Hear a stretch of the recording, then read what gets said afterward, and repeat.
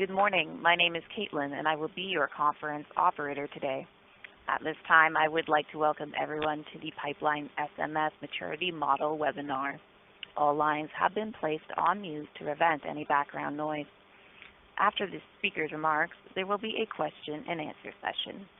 If you would like to ask a question during this time, simply press star, then the number 1 on your telephone keypad. If you would like to withdraw your question, press the pound key. Thank you. Sam Menifee, you may begin your conference. Thank you, Caitlin, and good morning, and thank you all for joining us for the Pipeline SMS Maturity Model webinar. My name is Sam Menifee. I'm a policy advisor at API, and presenting with me today are Anne-Marie Kaiser with Marathon and Tony Cockshut of Enbridge. As Caitlin mentioned, we will have a question and answer session at the end of the presentation, as well as a break for questions about halfway through the presentation as well. So with that, I'll turn that over to Anne-Marie, and thank you again for joining us this morning. Thank you, Sam. Good morning, everybody. This is Anne-Marie Kaiser with Marathon Petroleum Company, and wanted to thank you as well for being on the call today and for your company for signing up to be on the Pipeline SMS group. For those who have, group members, as you know, get to exchange ideas and information and lessons learned about the implementation of API RP 1173 or Pipeline SMS, as well as educate external stakeholders and join in measuring conformance and effectiveness. So our agenda today as follows is to go through the API antitrust statement. We'll review the maturity model. We'll do a brief review of the maturity model and the tools that are forthcoming. Then some upcoming Pipeline SMS items so folks are aware of what's coming down the line for 2018. And then we'll go into a group discussion. So for the API antitrust guidelines, no discussion or forecasting of prices for goods or services by or received by a company. No sharing or discussing any company's confidential or proprietary information. No discussion of any company-specific purchasing plans, merger divestment plans, production information, inventories, or cost. No sharing or discussion of specific company compliance costs unless publicly available. No agreement or discussion regarding the purchase or sales of goods or services. Such decisions are independent company decisions. No discussion on how individual companies intend to respond to potential market economic scenarios or government action. Discussions are limited to generalities. No disparaging remarks regarding specific vendors, products, or services. If the discussion presents an antitrust issue, raise your concern immediately. If the discussion continues, announce that you are leaving the meeting because you have an antitrust concern, and immediately report your concern to API's Office of the General Counsel and to your company's own counsel. All right, so maturity model. What is a maturity model? A maturity model, it's a description of the levels of the maturity continuum and the characteristics, attributes, indicators, or patterns associated with each stage. And that is directly from the recommended practice. But basically, it helps chart your path to continual improvement. And maturity is also defined in API RP 1173, and it's the point at which your safety management system has become embedded into the processes of an organization, and planned activities are completed and results achieved regularly without gaps. So it helps you measure. It's your measuring tool, your measuring stick, and it's your degree to which your Pipeline SMS is comprehensive, systematic, and integrated throughout your organization. So it's more than I've reached conformance, I'm done. It's how are you taking all the different pieces of Pipeline SMS and really integrating them through your organization so it becomes a way of doing business rather than just checking the conformance box. It also allows operators to objectively determine the strengths and weaknesses of its personnel and its processes that support pipeline safety management system, and it'll help you point out your areas needing improvement.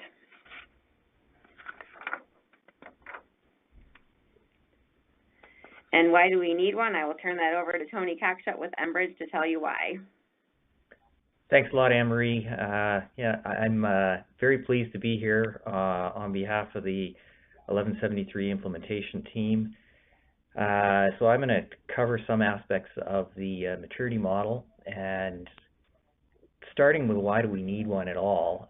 Well, the RP specifically says you need a method to establish growth and development, which they've defined as maturity. And when we looked at, what's the best way for us to go about individually showing progress, as an industry showing progress, a maturity model is a very easy way of doing that. And maturity models have been used in other industries fairly effectively, and other high hazard industries, most of them have a maturity model of some form. One of the really important points is we've developed a generic maturity model, and it's intended to be used to show how industry is performing. If your company already has a maturity model that you're using that is working well for you, we're not expecting that you ditch yours and use this one. It's quite fine if you have one that is specifically tailored to your own management system and your own organization. It may well work quite a bit better for you than the one that we have. We do need the ability somehow to show industry improvement, and so there will be, at some point, it will be important to be able to cross-reference your model to the industry one. And in later webinars, we'll show what that actually will look like. One of the really useful things about a maturity model is that it helps show, what do I need to do to get better? So if I am do an assessment and find out that overall it looks like I'm about 3.5 on a maturity scale of 1 to 5, reading the rest of the model answers the question, what do I need to do to get better? What do I need to do to improve my my management system and my performance? And the model helps point that out to us, and it's very useful from that point of view. You can have the next slide, please, Anne-Marie. So we've introduced this model before, and it's a 5-stage model. Those of you who've seen it before, it's pretty simple at this level. And it really covers the full range of performance, from an operator that is just starting with a management system to one that has a fully mature management system that is working quite well. 5 levels. Each level has a label on it, so learning, developed, implemented, sustaining, and improving. And those labels in general describe what that stage looks like.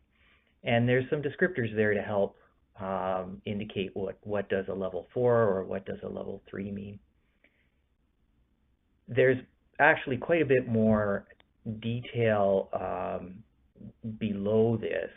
When we get into some of the other tools, the model is linked to the tools, and we'll talk about that in a minute. But there is further guidance to indicate, okay, what kind of performance is a level 2, what kind of performance is a level 4. The model is set up to recognize that some operators may have a partially developed management system, but could still have very good performance. So they may be very effective even though they don't have a good management system at this point. And so that's been taken into account in this model development, as well as the operators who have a good or fully much more mature management system and have good or not good performance. That will all be accounted for in the model. If you look down at the bottom, you can see there's arrows splitting conformance and effectiveness. So in general, conformance means those 234 shall statements that are in the in the RP, if you can check the box next to them and say, yeah, we've got a process developed, documented, and in use for all of those, then that's what we've defined as conformance. Effectiveness is the part that looks at, and are you using it? How well is it working? And is it making a difference in your overall performance? And measuring conformance, we're going to talk about the tools that we have for that. Measuring effectiveness, we'll cover those tools at a very high level right now. We're still piloting them.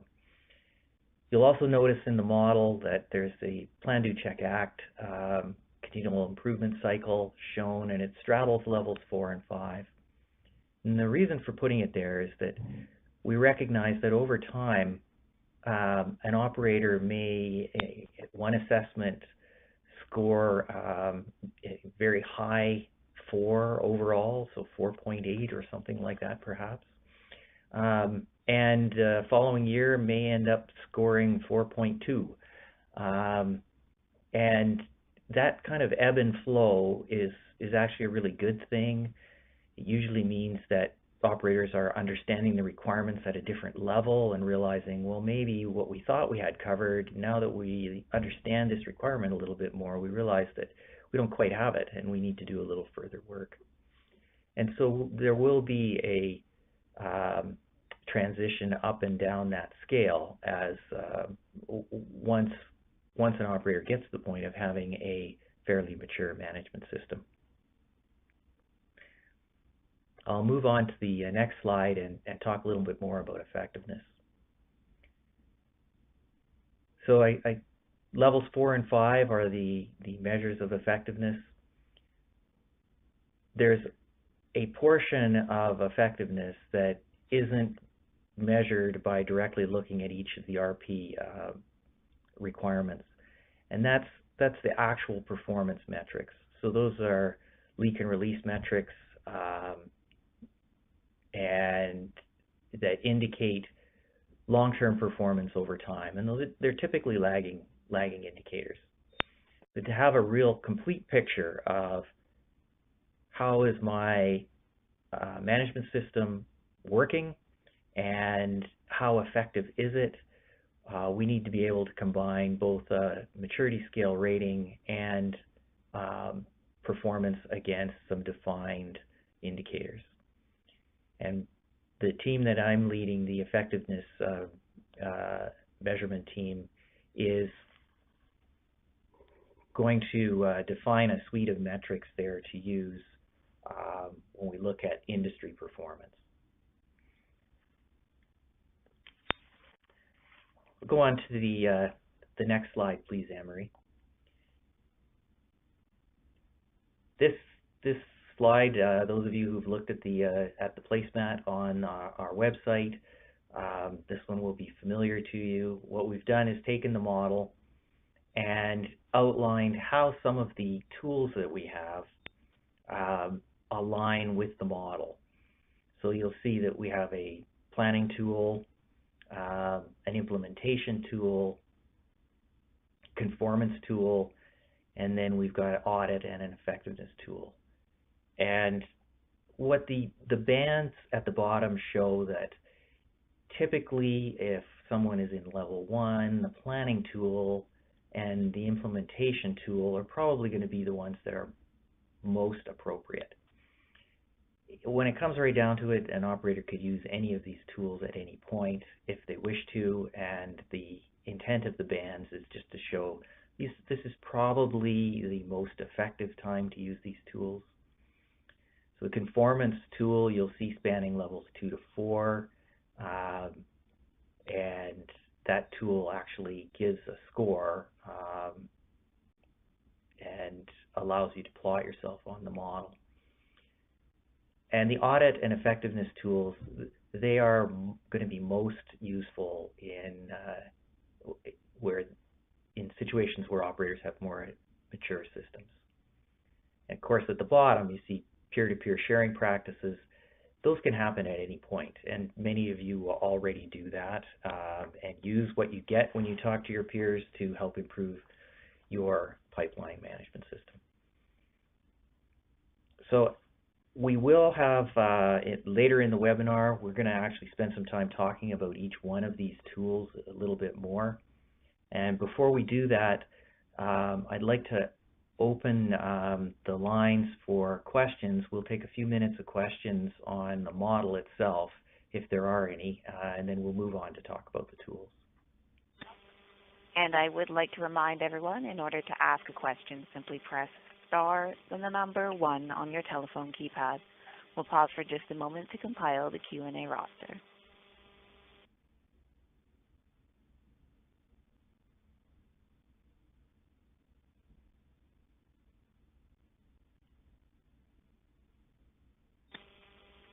We have a question from the line of a participant whose information couldn't be gathered. Caller, please state your name. Your line is open. Yeah, this is Terry Lawrence with Buckeye. I was just noticed the model on the first slide is different than the model that's currently up. Okay, now that's not very good. We have done many changes, so which difference did you notice? There seems to be several, honestly. Between, it says level 1 says learning, as opposed to planning, then developed versus developing, and then some of the text in the gray boxes seems to be different too. Yes. Yeah, So it could be the versions that we had up there, but the one that's on the screen now is the one that's out on the web and is the most current. Okay, thank you. Yep. And we have another question from the line of a participant whose information couldn't be gathered. Caller, if you queued up for a question, your line is open. Yeah, this is Landon Hack with OneGas. I'm looking at the website, and down below with the tools, the planning tool, implementation tool, conformance tool, etc.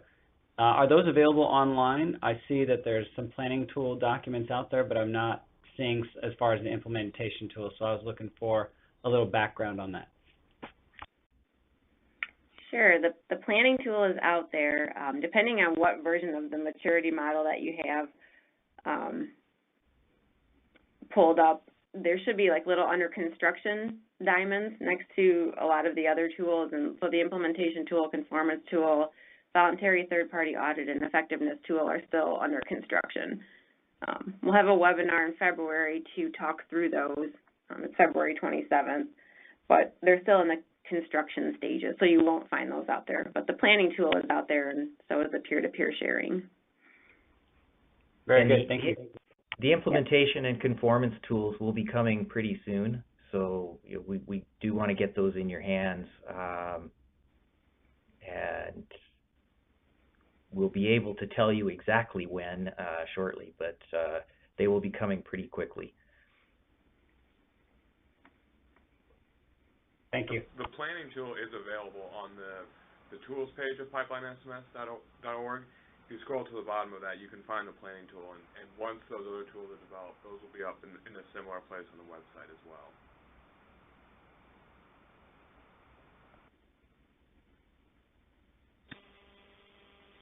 And we have no further questions.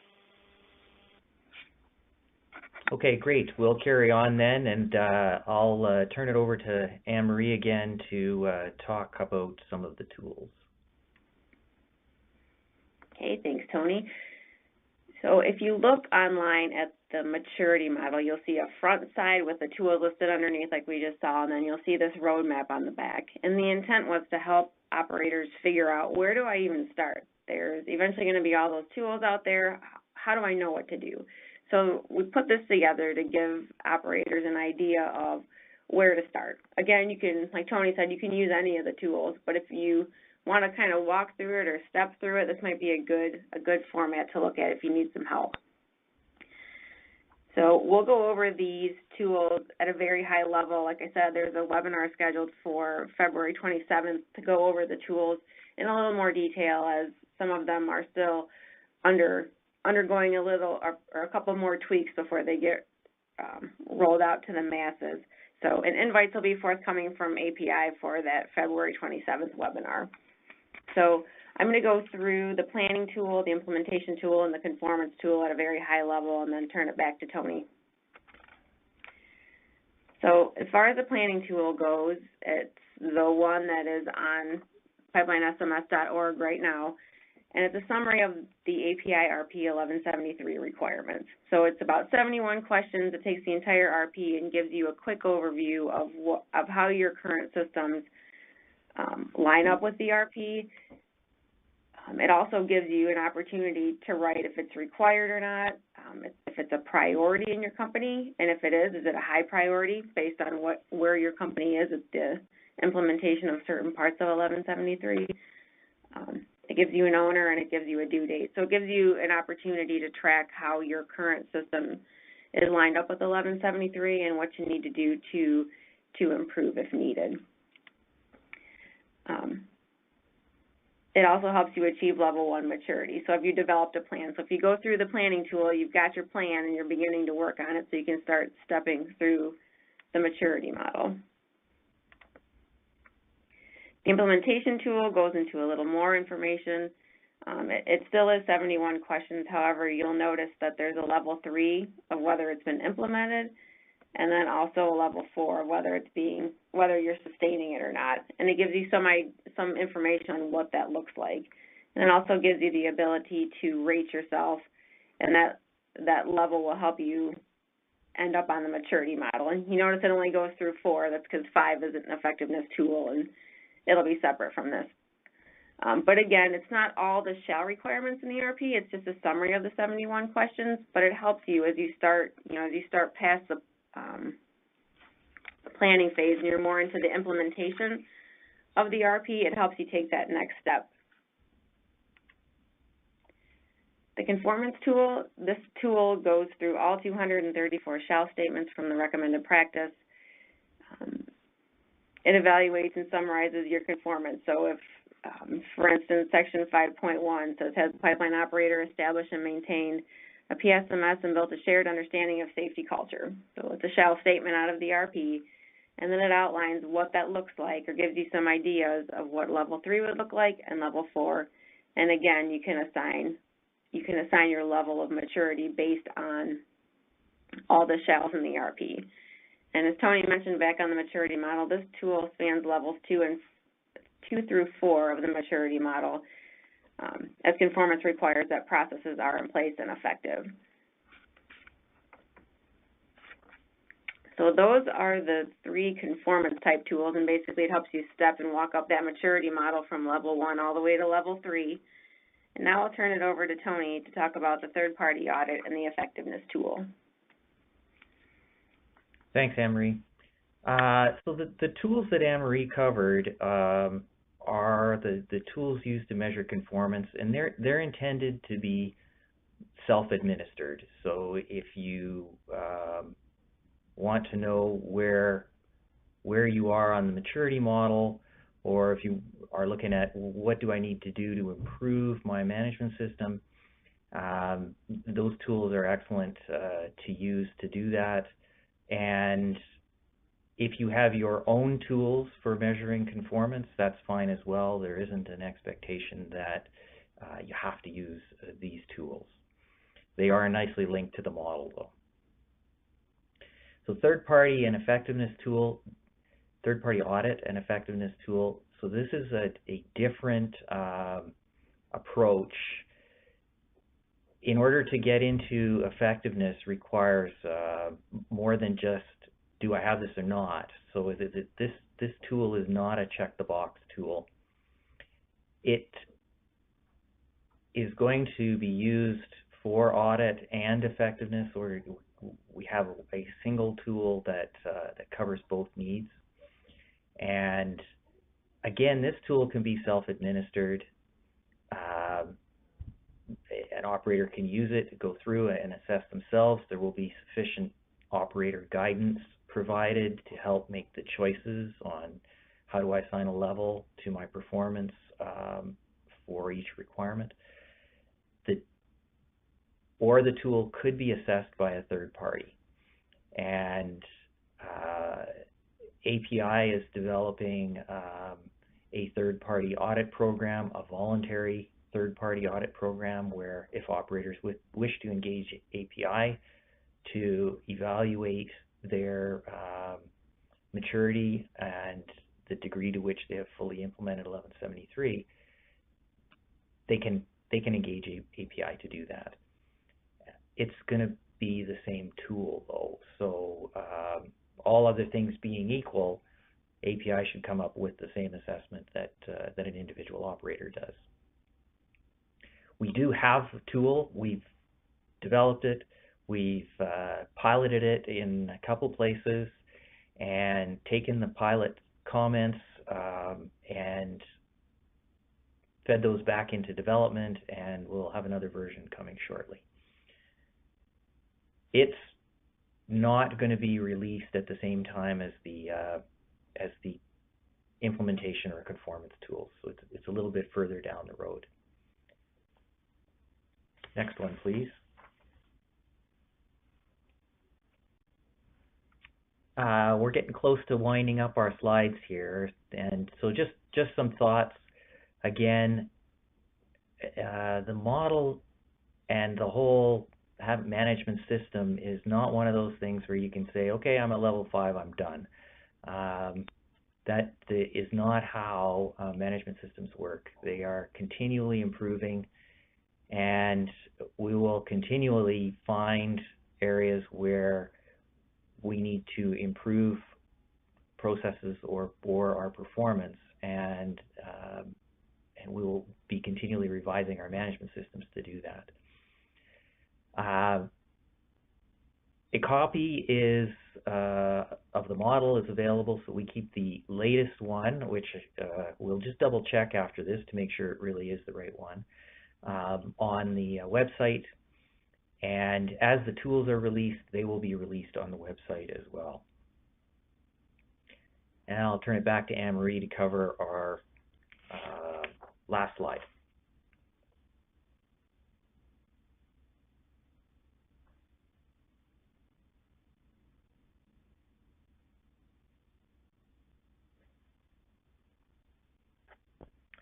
And Anne-Marie, we're having trouble hearing you.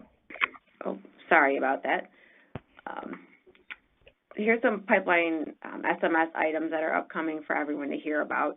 So starting in 2015, the pipeline SMS industry implementation team was just liquid operators, and we're happy to announce that at the end of 2017 that we've got the gas pipeline industries as well, so transmission and distribution. So we're happy to say we're one big happy pipeline industry moving forward with pipeline SMS. So it's very exciting. Look forward to getting feedback from both the gas and liquids industry. So we will continue to do that as we move into the future. We have a few more webinar series coming up. There'll be a tools webinar on February 27th. And again, as I mentioned earlier, API will be sending out invitations for that as well. There'll be one for API voluntary third-party audit, so the protocol that API is developing, and that'll be on April 19th of this year. If many of you recall from last year, we had an annual report. We will have an annual report for 2017 as well, and it will be available by April 24th, which is when API has their pipeline conference. There will also be a tools how-to session. So as we talked about the tools, they're under final construction, I guess you could say, but we wanted to get folks together in June of this year for those who want to attend to have a face-to-face how-to session. So how do I use the tools, and what's the best way to use them, and work through some questions and make sure operators know that if they want to use the tools in conjunction with maybe something else that they have that they're, can have their questions answered and learn how to use the tools effectively. So that's what we have on the list as far as upcoming SMS items. And Anne-Marie, if I can just elaborate on your first point there, there's something I forgot to cover around, so AGA and INGA have both adopted the maturity model, and PHMSA has had a chance to look at it a couple times and has said, yeah, we really like this model, and this will be how we would like to look at the industry as well. So it's the one big happy family that Anne-Marie talked about is it's really we really are all working together now and having an industry approach. Good. Yeah, thanks for that. That is important to mention. Before I open it back up to for final questions, I just wanted to show you where the maturity model was online. So if you go to pipelinesms.org, and if you hover over tools, and then you can go to the maturity model. Click on that. And there's the most up-to-date one for you. So it's got version number 2 on the bottom, and it shows you an outline of where all the tools land or where they lie on the maturity model. And then also farther on down is the back page that talks through the tools. All right. So with that being said, we'll open it up to any final questions. And again, if you would like to ask a question, simply press star, then the number 1 on your telephone keypad.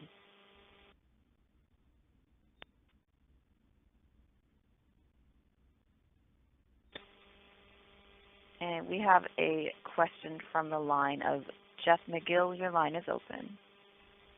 Thanks. Just a quick question. In looking at the maturity model, the one online, and then the tools where it's listed below the maturity model, and it says Voluntary API Third-Party Audit Program.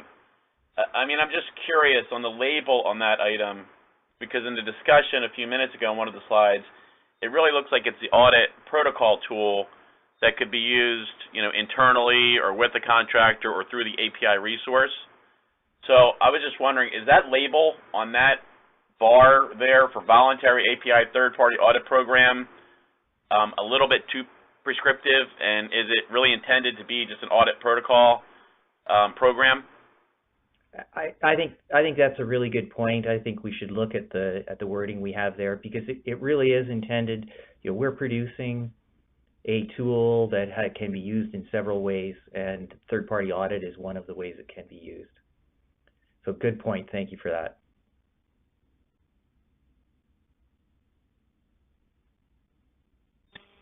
And your next question comes from the line of Pat Carey. Your line is open. Good morning. Can you hear me? Yes, we can. Yep. Okay. Tony and Anne-Marie, thanks for presenting this material. The question I have is relative to the annual report, and historically that's been focused on some of the liquid operators.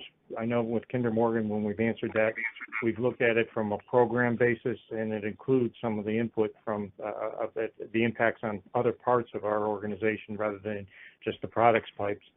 Is this year going forward, can you expand on what the scope of that is and timing as far as the survey questions and when they'll be going out?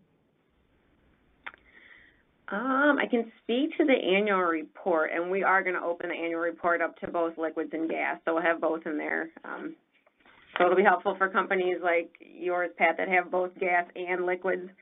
But just to show a good, working with the industry and that we're doing it as a whole as far as pipeline SMS implementation. So we will open it up to gas. Liquids already had their survey go out. I am not sure about the gas survey, however, so I can't speak to that. Okay, thank you. Yep. And we currently have no further questions. All right. Well, thank you, everyone, for jumping on the call. If you do have questions or need more information on pipelinesms.org, there is also a contact page. So if you need to get information or have questions, you can send emails, letters, whatever you need, whatever works best for you. So again, thank you for joining, and please feel free to send questions or thoughts that you might have further down the line, how we can improve parts of the industry implementation. So thank you. Thanks all. This concludes today's conference call. You may now disconnect.